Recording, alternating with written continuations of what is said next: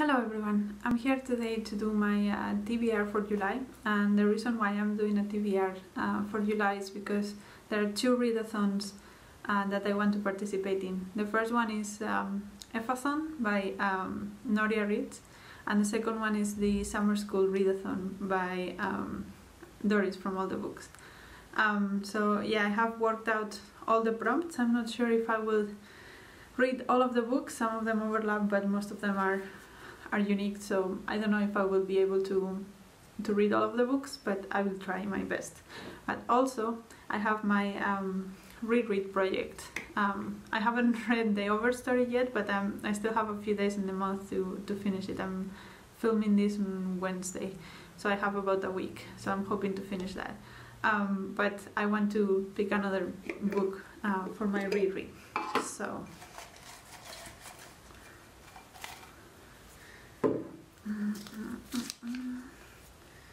oh nice. This is, I don't know if you can see, MOMO by Michael Ende. This is a children's book, a children's classic that I really liked when I was little and I haven't read in forever, so that will be good to have something small in there. But let's go then first to the FuckAThon Prompts, and I can give you the books I have chosen for those prompts, and then I will go through the Summer School Readathon. So the first prompt of the FuckAThon is Ableism, and that's a prompt to read something from a character that is has some disability, either physical or that you cannot see. And the one that I have chosen for that is A Woman of No Importance by Sonia Prunell. And as far as I understand, this is a book about a woman spy during the Second World War. And the reason why it fits the prompt is because I believe she is missing a leg, or she has something on her leg that doesn't allow her to walk fully. The second prompt is Ageism, and that is reading a book from the perspective of an older person, and for that I've chosen The Man Who Planted Trees by Jean Giono. And this book is basically about a man that when he retires decides to plant trees, dedicate the rest of his life to plant trees and repopulate some areas that were missing some nature, let's say. So that is from a retired man, so that fits the prompt as well. The third prompt is Capitalism, so a book that gives an alternative, and for that I took Noria's recommendation and I decided to read The Dispossessed by Ursula K, LeGuin. And I believe this one is a sci-fi book about a planet in which the government is based in anarchy and other systems that the ones we are used to, and it's about it's a lot about the systems and how they interact or don't interact with the other planets around them. So I think that sounds very interesting to me, and yeah, it portrays that tension of capitalism or other systems that might work instead. The fourth prompt is White Supremacy. That's pretty clear, something about, I don't know, someone that is not white. And for that I chose Decolonizing the Mind by Ngugi wa Thiong'o. Ngugi wa Thiong'o wrote The Wizard of the Crow, which is, I would say, my favorite book. I have read another book from him that I didn't like as much, so I haven't decided yet if he's one of my favorite authors or it's one of those one book things. But this book, Decolonizing the Mind, is basically a non-fiction about the use of language and how language affects the colonialist mindset of people. So that sounds fascinating to me, and I'm really excited to read it. I have been wanting to read that for years, so I thought that was the first and the best place to put it. The next one is Theological Fundamentalism, and this one is basically to read someone from the point of view of a religion that you are not part of. And since I'm not part of any religion, I could choose anything, but I decided to go for The Other Americans by Laila Lalami. I believe this one portrays a Muslim family living in the US and how they are treated by the majority of the people. So it's not only that they are Muslims, but also it portrays the racial and religious tensions that might appear in a society that is not majoritary what you believe in. So yeah, the next one is Book Elitism, and this one is basically to read something that would not be considered high literature or would be considered trashy. I had some troubles with this one because I don't normally read romance or anything like that. I find it, I don't have anything against people that read it, but for me personally I find it boring. But I remember that last year in the Book to Prize there was a book, A Spark of Light by Jodi Picoult, that I was moderately interested in reading because it's about an abortion clinic. And from my perspective, Jodi Picoult is not an author that most people will consider high literature. I think she is not the most highly regarded writer, so I thought that would fit the prompt. So yeah, the next prompt is Gentrification. So a book that portrays gentrification basically, and for that I'm not sure if this book completely fits the prompt, but I really want to read it, so I'm putting it there. And it's Gym Patrol on the Purple Line by Deepa Anapara.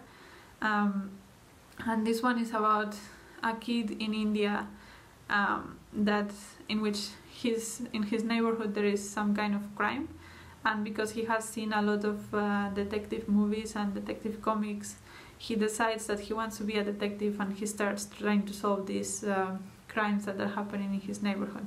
And I think it portrays gentrification because, as far as I have read, the Purple Line is a metro line in this city, in Indian city, that divides like the rich neighborhood and the poor neighborhood. So in that sense, it portrays that tension between the two places. But if that actually does not fit, which I'm not sure about, and I have time to read something else, I know that Another Brooklyn is supposed to portray gentrification, so I might read that if I have the time as well. The next one is Slut-shaming, so a book that portrays a woman that is not afraid of having sex and being liberal about it. And for that I have chosen Three Women by Lisa Taddeo. This is not necessarily about women that have a lot of partners, but as far as I have heard, and this is trying to portray women, the conversion of women on instead of having sex for their partners, having sex for themselves and enjoying it themselves, which it's something that society doesn't always like, the fact that women just want to have sex for themselves and not for their partner. So in that sense I think it fits a prompt. So yeah, that's what I chose to read. And then the group book is The Source of Self-Regard by Toni Morrison, so I will also try to read that one. And the last prompt is with yourself, like that means basically do something just for yourself, something selfish, like I don't know, eat a whole tablet of chocolate, or have a nice bath, or go for a walk with yourself, or something like that. So that is something that I will do within the month for sure. Those are all the prompts for the FuckAthon. Now those are a lot of prompts, so I'm not sure I will be able to complete them all, but I have chosen some of these books are reasonably small, so I'm hoping that I can do all of those.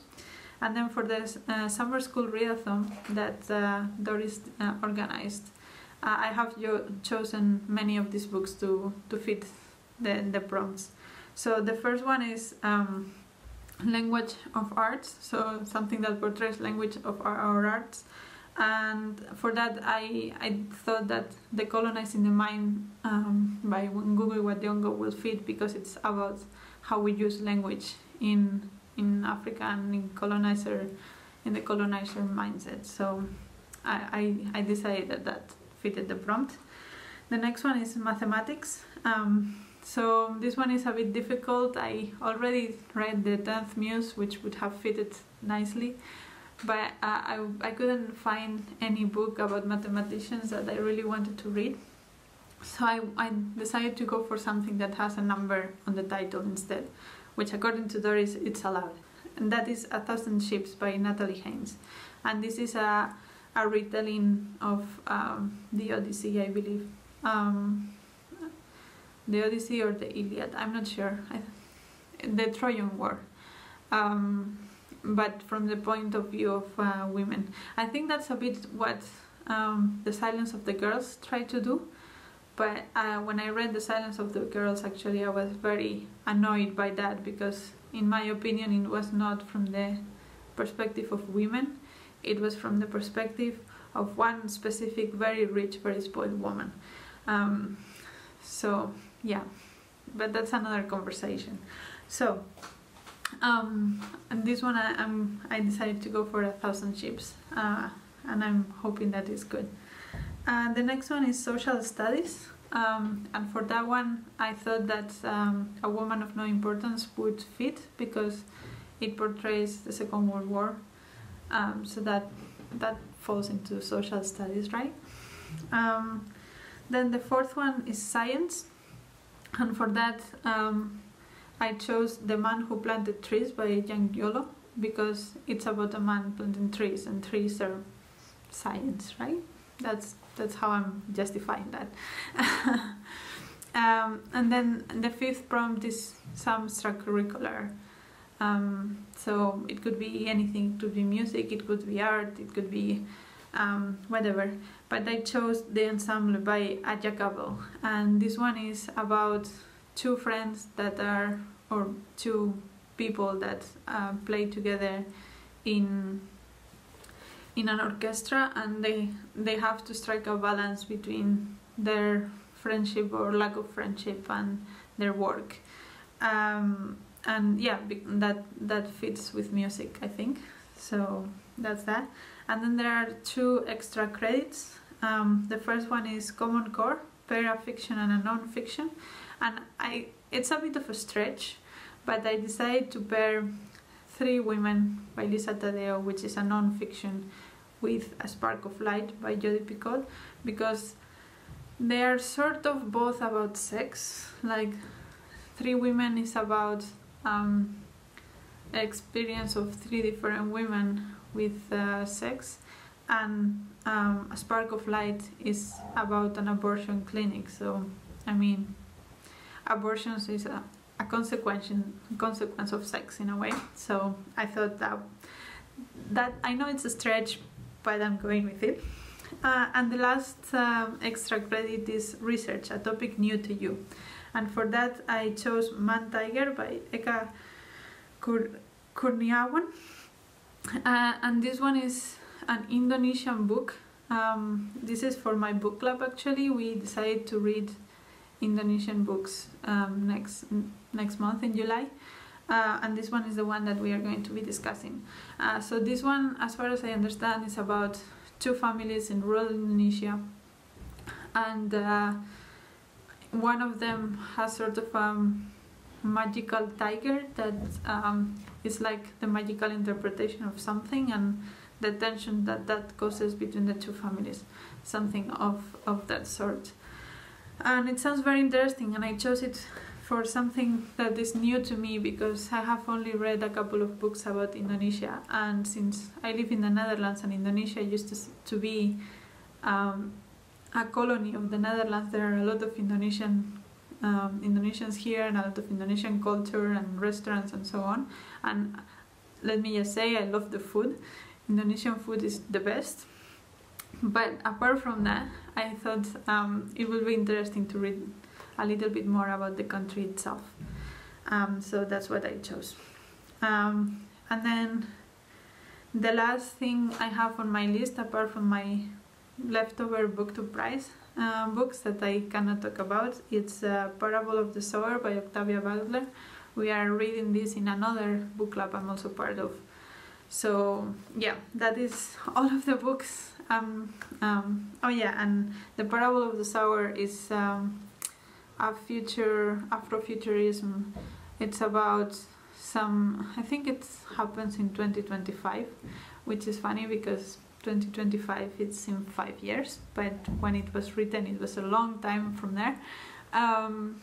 And I don't know exactly the topic of and that it's trying to explore, but I could imagine that being Octavia Butler, it's probably to do with racism,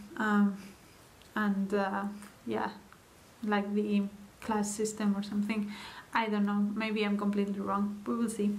But those are all the books that I'm going to attempt to read. I know they are a lot, but I'll try my best, and as I said, some of these are sort of small, so, and yeah, the reread was good to me. That one is a small book. So yeah, that was all. Let me know if you have read any of these books and if you like them, and what are you planning to read in July, and I'll talk to you in the next video. Bye!